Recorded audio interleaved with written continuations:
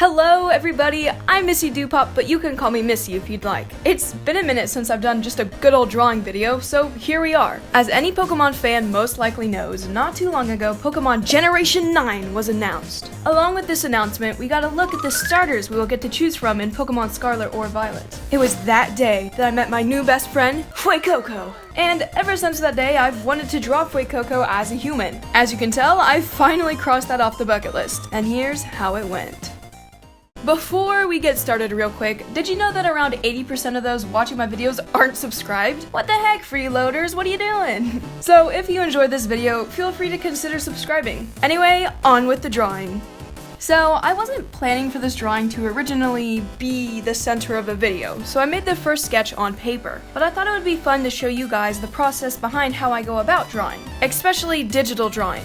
I started with sketching over the traditionally done sketch so that I could easily mess around and change up the proportions and finer details of the sketch. Human anatomy is not my strong suit, so sorry if things look a little rough in that department. Anyway, considering this guy is a base stage, a starter, and just gives off toddler vibes in general, I knew I wanted to draw Fuecoco as a little kid. I'm thinking maybe 7 or 8 years old, I'm not sure though. I've never tried to draw a Pokemon as a human before, so it was definitely a fun challenge to try to come up with ways to make this human boy and fire crocodile dinosaur look, the same. I tried to make this kid look a bit more heavier set, just like his Pokemon counterpart. Short and stout, that's what I love about it. Even though Fuecoco is stated to be a laid-back Pokemon, I wanted to draw its human counterpart bursting with energy, kind of trying to represent it starting its own adventure with its friends, just like the starter Pokemon. Fuecoco the human is in a mid-jumping step, arms spread out wide, feeling the wind rush by as it enjoys itself pose. I included Fuecoco's old big toothy open mouth grin and its fun little hair here. I was stumped on how to incorporate the patterns and the tail of Fuecoco into the human counterpart. I was debating if I should even try to include the tail or not.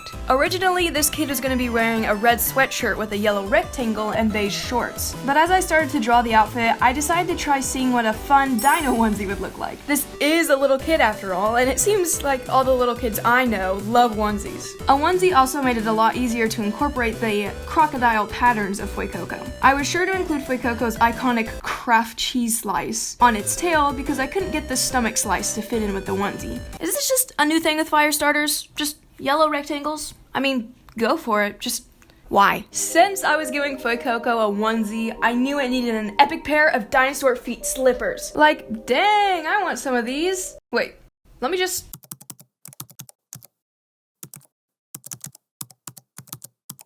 Oh, these'll work.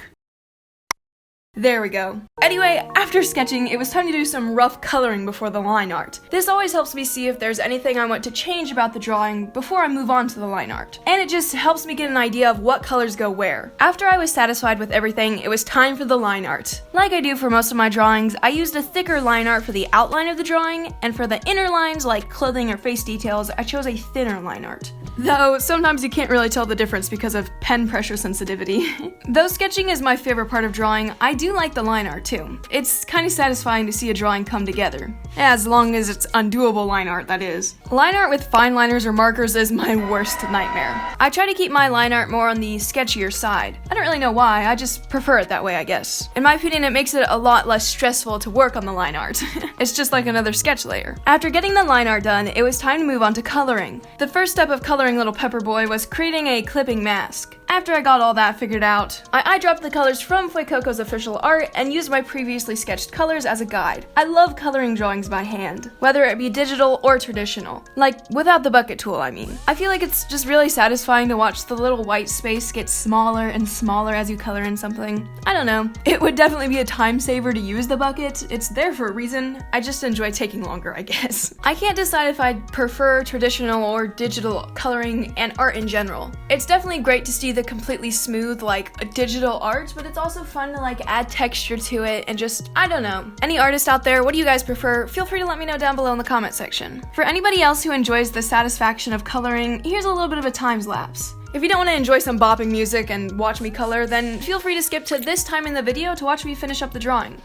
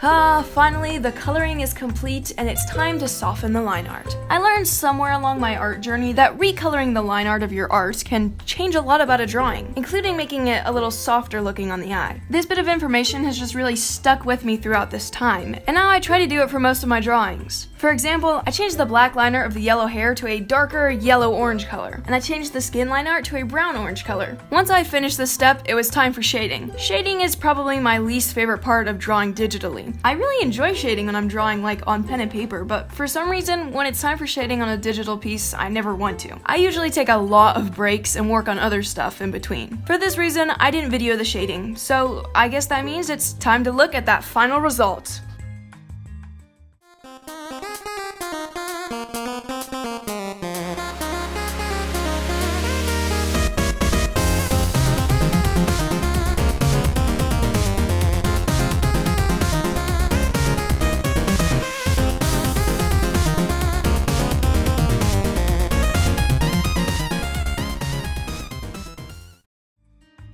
That actually turned out okay. Maybe I'll post it on Instagram. Thank you all for stopping by and watching me draw Fuecoco as a human. This was definitely a fun and chill video to make in script. So if you'd like to see me draw Sprigatito, Quaxly, or any other Pokemon really into a human, be sure to let me know down below in the comments section. If you enjoyed this video, feel free to give it a like down below and consider subscribing to the channel if you haven't yet. It makes it a lot easier to find future videos like these. With that, I gotta head out. I hope you guys enjoyed the video, and I'll see you guys next time. This is MissyDoPop, signing off.